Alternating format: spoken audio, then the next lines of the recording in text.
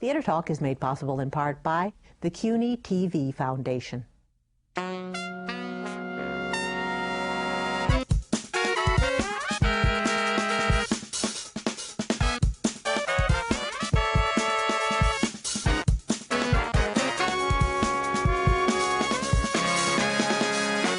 When the moon is in the 7th house and Jupiter aligns with Mars, then peace will guide the planets and love will steer the stars. This is the dawning of the age of Aquarius, the age of Aquarius.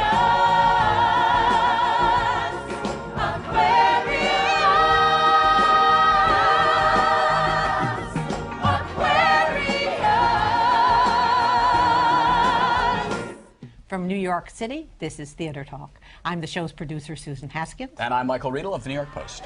The Age of Aquarius has redawned. The wonderful musical from 1968, Hair, is being revived now on Broadway to tremendous success. And we're very pleased here at Theater Talk to have with us Jim Rado, who wrote the original lyrics and book for Hair and starred in it as Claude, Galt MacDermot, who wrote the wonderful score for Hair, and Gavin Creel, now starring on Broadway as Claude, the role that Jim originated back in 1968. Welcome all of you. Yes, and congratulations on the success of the show. Congratulations to this wonderful, newly relevant version of Hair. So I'm going to ask you, Jim, to start. Why in 2009 is Hair speaking so profoundly to audiences?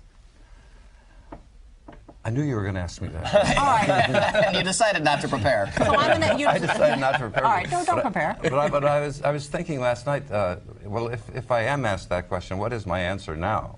And I saw something last night, and I can't remember what it was, but, oh, I know what it was, a production of 1984.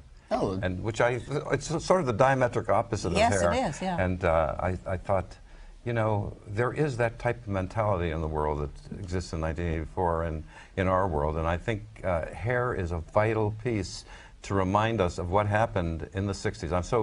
The thing that I'm most proud of is that we did capture that movement that happened at that You time. could make the case that had that movement, that spirit of the 1960s, that Hair captured, had that not happened, you could have had a 1984 world. You could have had a totalitarian world had you not had civil rights movement, women's rights movement coming out in the 60s, that really breaking away from sort of an older America at the time. I'm curious, Galt, can you take us back to the very, very beginnings of Hair? How did it come together? I mean, where did the idea come from? What's the first song you wrote? Well, the idea came from these guys, Jerry and Jim.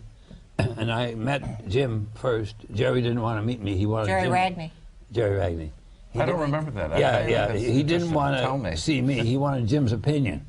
So I met Jim. And then Where Jim, did we meet? At Nazi Heroes. Oh, yes. But you and Jerry Ragney had been working on Hair for quite a while before you met Galt. Oh, right? yes, we basically kind of finished a workshop. We had a script, and we needed the music for the lyrics, yes, which existed. Right. So we've been working on it for about two and a half years. Right. So wait a minute, you had no composer when you were writing a musical. That's correct.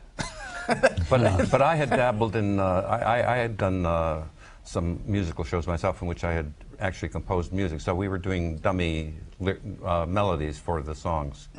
We were kind of singing them. You know. What did you think of those dummy I melodies? used to take a day to forget them. I'd say I got to forget these melodies. But did you have the lyrics that now exist, Jim? Did Good Morning Starshine and The Dawning of Aquarius and you know? Yes, they were. You had all those there. Yes, yes. So this was really poetry that you and Jerry Ragney had written. Yes, but they were intended. They were structured as songs. Yes. They were to be sung. They were intended to be sung.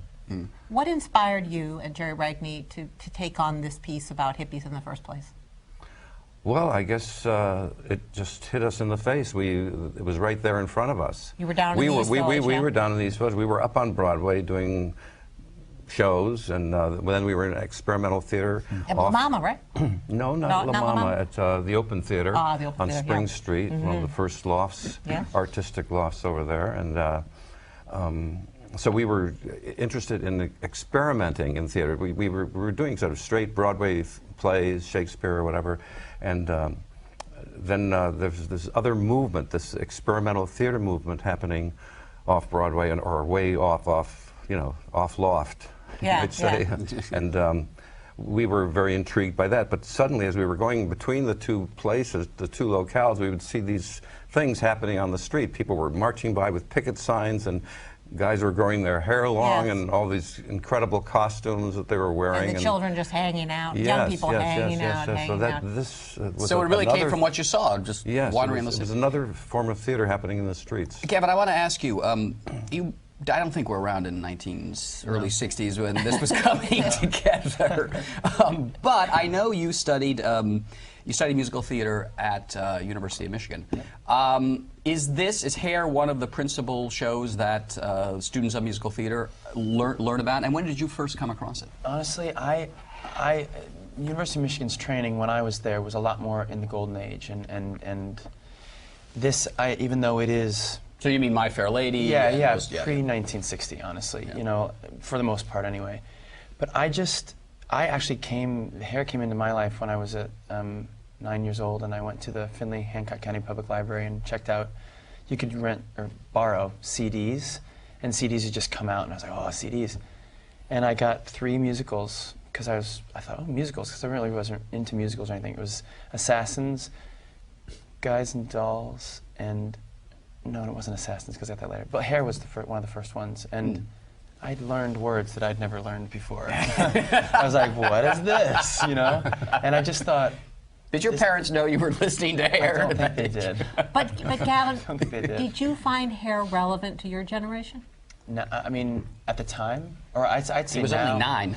Well, now I would say... But as you've grown, is there a relevance in Hair to your generation? Well, you know what I think the strength of this production is, and the piece it speaks to, I think, everyone, because there's a person who wants to fit in, there wants to belong to a tribe. There's in everyone, there's a place you want to be, but also I think there's inside everyone, there's a bit of an activist. There's just like a closet activist or whatever, and I feel what's amazing about this is, at the time, you wrote something that was about what was happening, and people were active, and they were angry. It was and the protesting draft. the war. Oh yeah.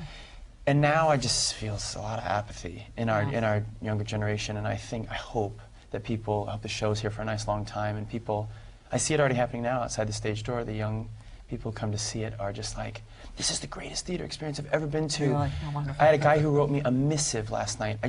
I know that you probably don't want to know about this, but I need to touch on a few things that I can't stop thinking about since I saw the show. My anger, my complacency, my love, my sexuality, like all these things. Do you respond to these kind of letters from fans? I'm going to. I'm going to that one because it was literally one of the most beautiful. And I thought, just a young guy who's like, I'm angry that I'm so complacent. I'm angry that I'm so apathetic, you know.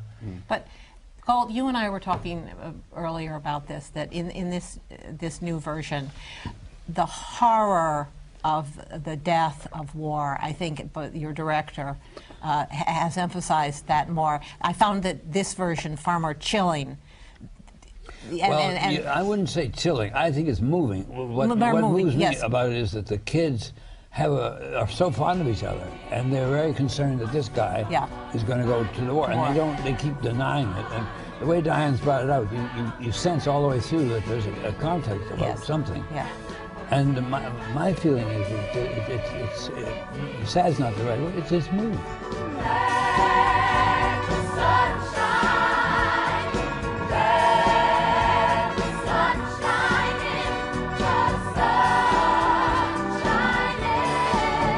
At the end of this version, and I saw it first in the park when they did it 2 years ago, I was weeping, and I was weeping because of the war in Iraq.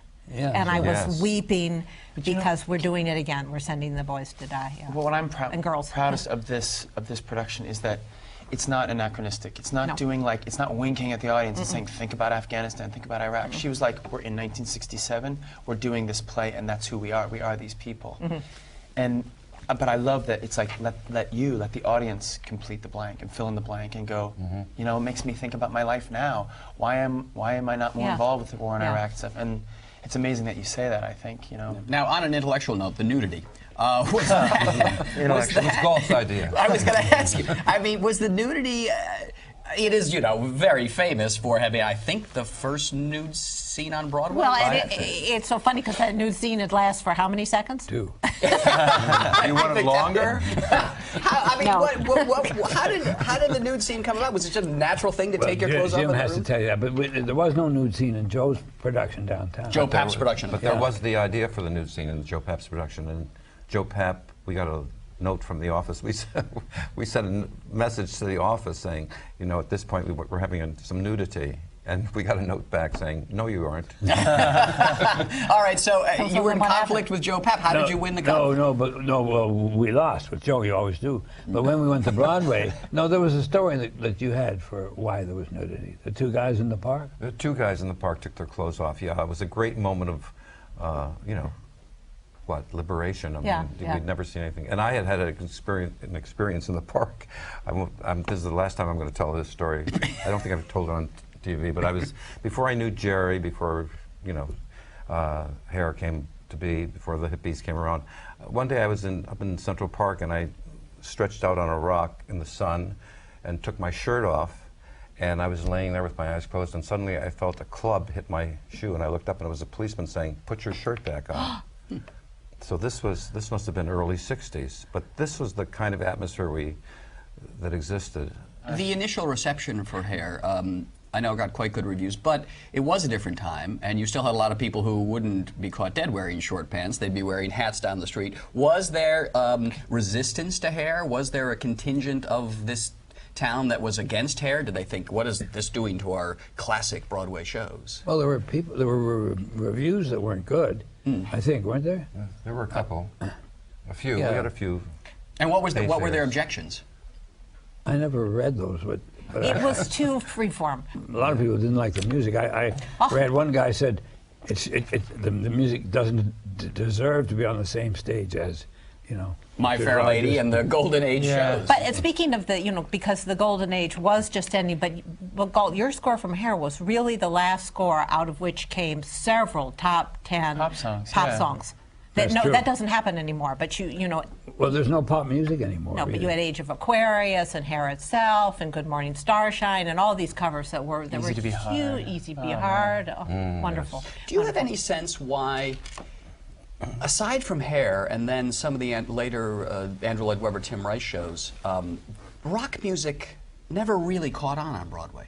I mean, a lot of people thought Hair would spawn lots of rock musicals that would last, and it didn't. Do you have a sense why? I don't know.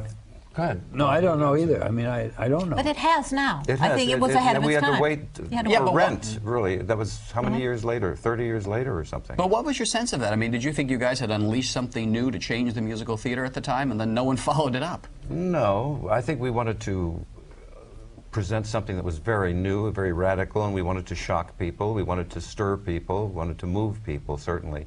But we were just concerned about our piece being, you know, we wanted it to be wonderful and to be something that really would work in a theater in a new way. I made a definite effort to write rock and roll music. Yes, absolutely. That's what we wanted. Yeah, well, that's what you said you wanted, so I figured that's exactly what I want to do. It's about all I could do. Yeah. But it was deliberate.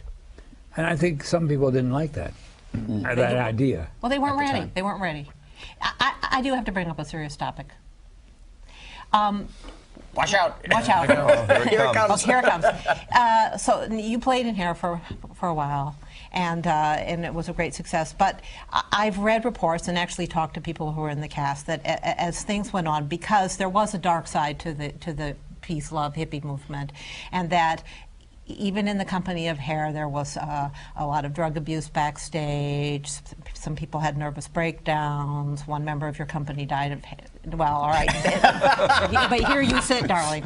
And then we'll ask you what's going on backstage at the current revival. No, but this is my point. And there were orgies backstage, and that was fine, except people wouldn't make their entrances on time, and that you know, one member of the cast died of heroin overdose, and that these things, and that things happened to the heads of the kids. Part of it was the generation, but part of it was all this success that happened so quickly. What can you say to the new company to avoid that? I think something must and should be said to them, and I've been thinking about this in my own mind. I want to formulate something, and I want to sit down with everybody and talk about this very subject. Yeah. What can happen? You know, here you are in the midst of this great success, and you're all becoming seen and known, and starting careers, and careers being advanced, we might say. I want to say something about him. I think I'm so happy, very, and so often not happy with the person playing Claude. I wonder why. Yeah. But he's something special, absolutely wonderful. I got my hair, I got my head, I got my brains, I got my ears, I got my eyes, I got my nose, my mouth, I got my teeth. What do you want to tell these kids, though? You were starting to, you were going to say. What do I want to tell these kids? Be free. Be free. No, because they got you don't hurt anyone. I have to say, we hear the stories about the methamphetamine shots and the behavior and stuff like that. But I think I just go back to there was no that before this, so they were inventing it as it was happening. Yes. We have that. We know what that was. And you've seen the pitfalls. Oh yeah. And I mean, what's great is I'm not a total, I consider myself a professional, but I'm still building a career. And Will, who plays Berger, who's phenomenal, is doing the same thing. And there's Megan Lawrence, for example, who's a veteran of the stage, and she plays the mother, and there are more people, forgive me, but there are enough of us that, like Will and I had a talk with the cast before we opened, as we were sitting in doing a drum circle on opening night. Like, it never happens like that. When the cast is bonded, we're always obsessed with getting the flowers and making sure everything's done. We had to sit down and we said, we savor this, because it doesn't happen like this in other shows I've been in. And Will said, pay attention to one another and take care of yourselves. And we keep reiterating that. So maybe it's been said already. Take care of yourself. Yeah, I think it's exaggerated. What you're saying, I never heard about orgies. Oh, no. I was playing the piano. I never heard an orgy. I've never heard an orgy. It was a quiet orgy. It was a really soft piano. You missed out on the fun, though. I guess I did, but I survived it. Indeed. No, but I did my research on this. I did my research on this. There are orgies backstage like Third of the Modern Millie. But they would miss their... That Harriet Harris was she's a wild lady. But they'd miss their entrances, and then there were stories that people didn't even know who was going to sing Aquarius until the curtain went up. Oh, wow. Yes. Yeah. Wow. Yeah, well, it's a very tiring, it's a very energetic show. It takes strength. Yeah. And people get worn out. They need methamphetamine. Well, but I guess, though, I mean, you guys are, as you say, it was a good point that they were experimenting in the 60s with this kind of behavior, with this sort of drug use, with breaking the boundaries. I'm glad to hear this about you and Will and people who... Oh, yeah, it's amazing. As a company member, like, one of my proudest things to do in any show, and now that I'm getting older, is by example, not by preaching, but to just live the way, or perform and, try to do as many shows as you can, and if you get sick, try to get through them, and, and then remind people you can't push, you can't live crazy, you can't go out all the time, you can't be drinking, you can't be talking. But at the time, if you hadn't been experimenting, I think it wouldn't have...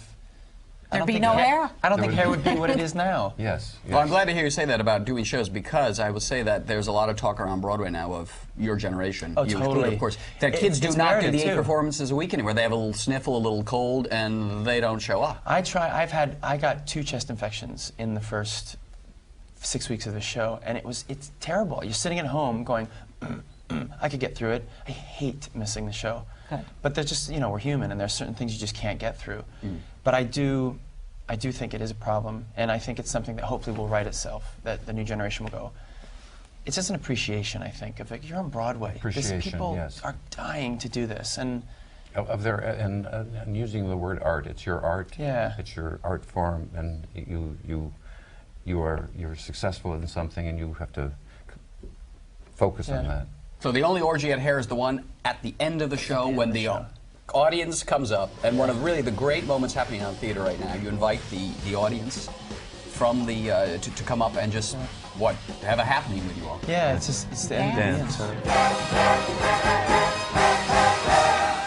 And was this ever in the show before, to invite the audience up? Yes, it began. It wasn't at the very beginning, but it evolved. On Broadway. On the original production? Yes, we had just one little rickety set of stairs in the middle. We only had a center aisle.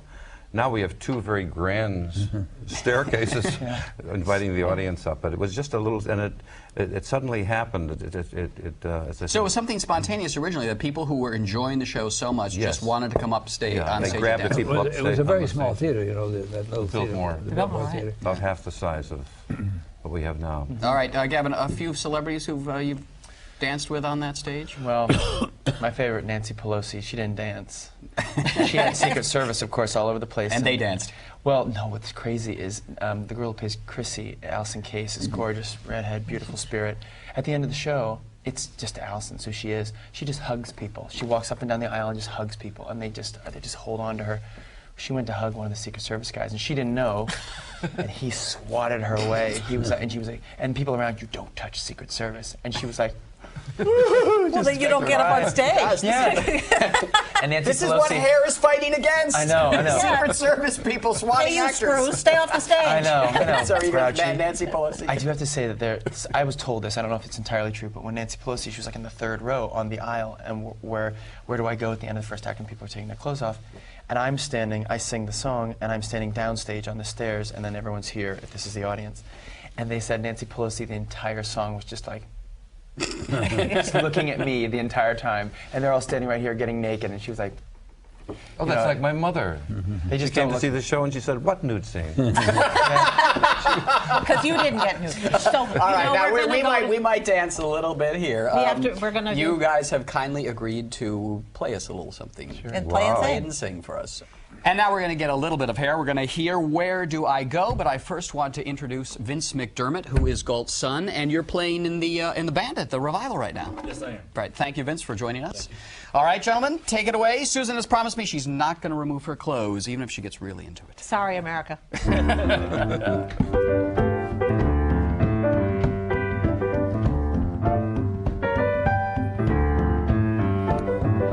Where do I go? Follow the river. Where do I go? Follow the calls. Where is the something?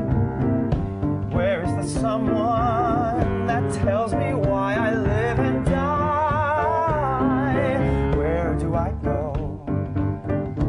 Follow the children. Where do I go? Follow their smiles. Is there an answer in their sweet faces that tells me why I live and die? Follow the wind song, follow the thunder, follow the neon in young lovers' eyes, down to the gutter, up to the glitter, into the city where the truth lies. Where do I go? Follow the children, where do I go? Follow their smiles. Is there an answer in their sweet faces that tells me why I live and die? Follow the wind song, follow the thunder, follow the neon in young lovers' eyes, down to the gutter, up to the glitter, into the city where the truth lies. Where do I go? Follow my heartbeat. Where do I go? Follow my hand. Where will they lead me? And will I ever discover why I live and die? Oh, why I live and die? Oh, why do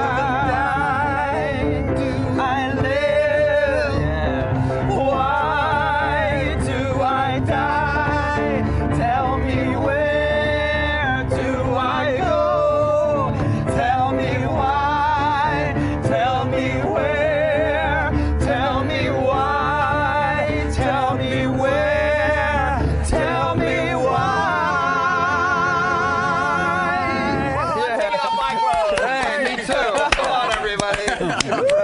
right, the old hippie piece coming out with my friend. Good night, everybody. Galt MacDermot, Vince MacDermot, Gavin Creel, thanks a lot, and Jimmy Rado. Hair on Broadway at the Al Hirschfeld Theater. Terrific revival. Make sure you see it. Thanks a lot for being our guest on Theater Talk. Peace and love, breaking out everywhere.